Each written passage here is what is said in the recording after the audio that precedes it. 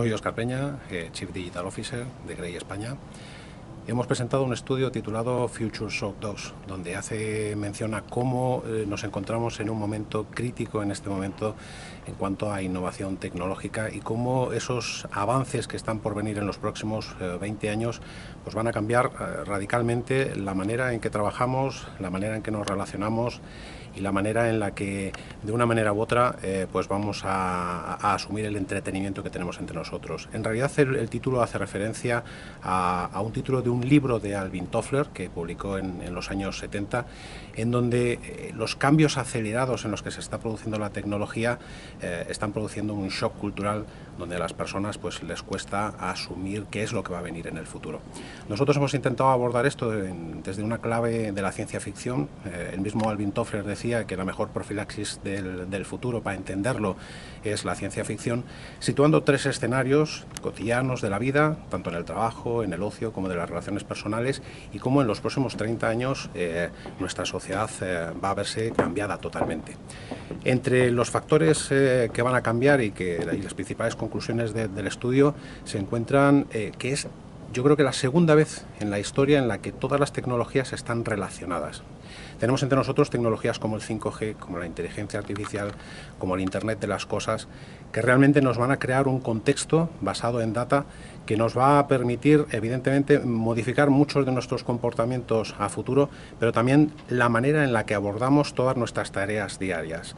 Y luego tenemos otro tipo de tecnologías quizá muchísimo más disruptivas, como la robótica, como los drones, como la propia inteligencia artificial aplicada a las emociones, al análisis de emociones, y esto afecta muchísimo a cómo los medios de comunicación del futuro van a abordar los contenidos en los nuevos puntos de contacto que van a aparecer.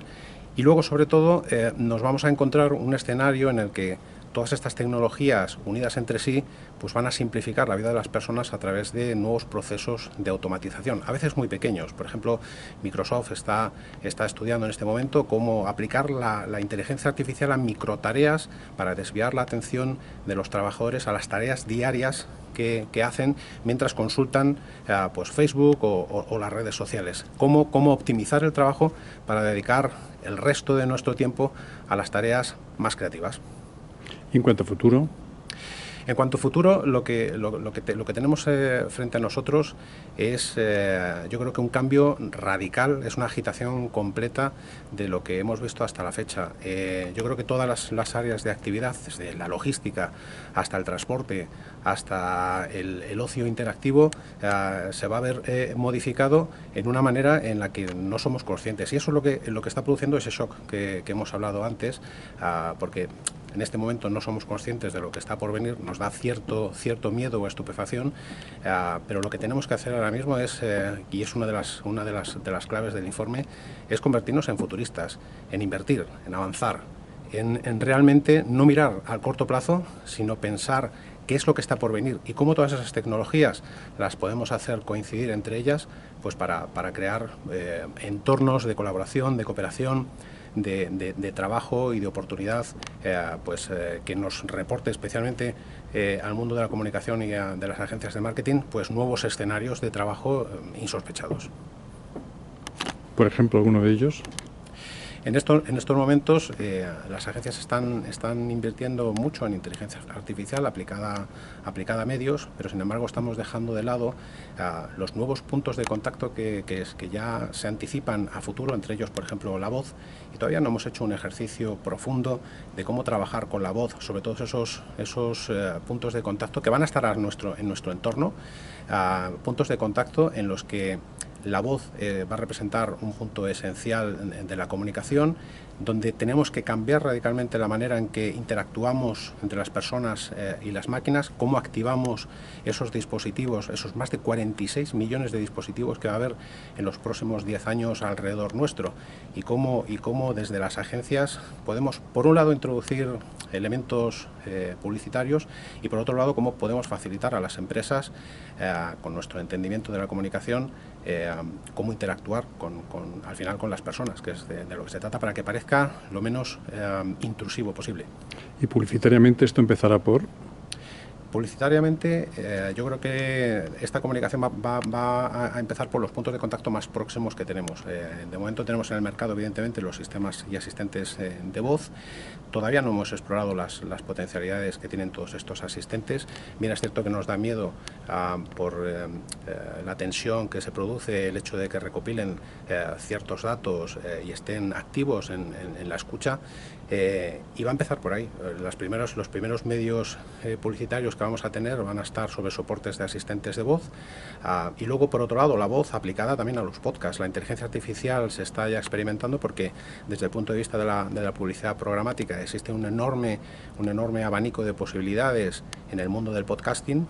Yo creo que el podcast se ha convertido ahora en uno de los formatos idóneos que va a tener un tirón en los próximos años, y desde medios, desde las agencias creativas y, por otro lado, desde la innovación, pues tenemos un camino tremendo.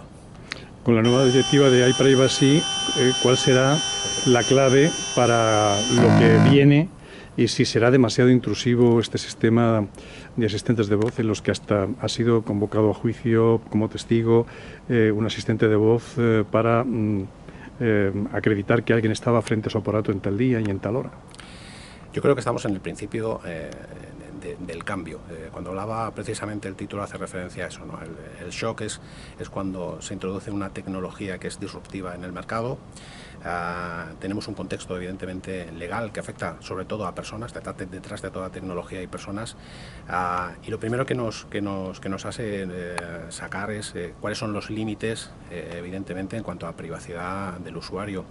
Yo creo que esa exploración y esa tensión que se produce en la búsqueda de oportunidades lo que va a hacer es generar pues unos límites lógicos en los que la captación del data y la privacidad del usuario pues tiene que estar en completo equilibrio. Evidentemente, yo creo que los primeros dispositivos que han salido al mercado, igual que hace unos años ocurrió con las Google Glasses y después también ocurrió lo mismo, que se iban grabando por la calle y al final se paralizó su desarrollo, pues ocurre lo mismo, ¿no? Hay que encontrar ese punto de equilibrio en el que las personas somos capaces de ceder determinados datos y, por otro lado, tenemos la garantía de que se nos está salvaguardando la información y se está haciendo un uso legítimo y correcto de ello. ¿Y el papel de la agencia para que esos límites vayan al límite sin rebasarlos? Yo creo que el papel de la agencia en este momento es buscar las fórmulas más creativas posibles dentro de la comunicación, respetando siempre esos límites. También es cierto que en este momento, cuando comienza toda tecnología, las agencias tenemos una oportunidad en lo que llamamos hacking marketing, ¿no? Que es encontrar esos agujeros, esas brechas en la tecnología para convertirlos en canales de comunicación. Pero hay un momento en que esas brechas se cierran, ¿vale? Y nuestra oportunidad es